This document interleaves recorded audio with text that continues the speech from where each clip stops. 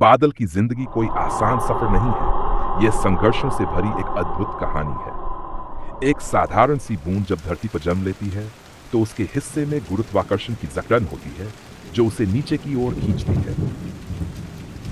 लेकिन सूरज की तपिश उस बूंद को नया साहस देती है। तपिश को सहते हुए वह अपनी सीमाओं को तोड़कर वाष्प में बदल जाती है और आकाश की ओर उठ खड़ी होती है। यह चढ़ाई आसान नहीं। जल को अपने रूप को छोड़ना पड़ता है, गर्मी सहनी पड़ती है और धरती से दूरी बनानी पड़ती है। यही है उसका पहला संघर्ष। फिर जब असंख्य वाष्पकण एक साथ मिलते हैं तब जाकर बादल का निर्माण होता है। बादल बनने के बाद भी उसकी परीक्षा खत्म नहीं होती। हवाएं उसे कभी पूर्व की ओर धकेलती हैं, कभी पश्चिम की ओर उड़ा ले जाती हैं। वह स्थिर रहना चाहता है लेकिन नियति उसे यात्रा करने पर मजबूर करती है।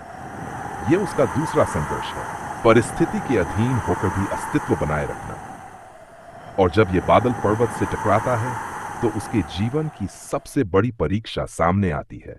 ऊंचाई और ठंड उसे बदलने के लिए मजबूर कर देती है। कोई हिस्सा बारिश बनकर धरती पर गिरता है, किसी को बर्फ बनना पड़ता है और कोई कण बर्फीले ग्लेशियरों में कैद हो जाता है। यह तीसरा संघर्ष है, अपने अस्तित्व को खोते हुए भी दूसरों को जीवन देने का साहस।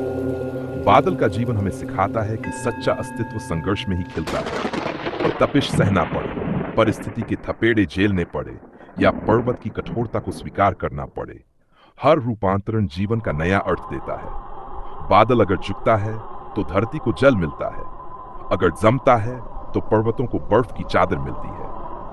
संघर्ष हमें तोड़ता नहीं, हमें ऊंचा उठाता है।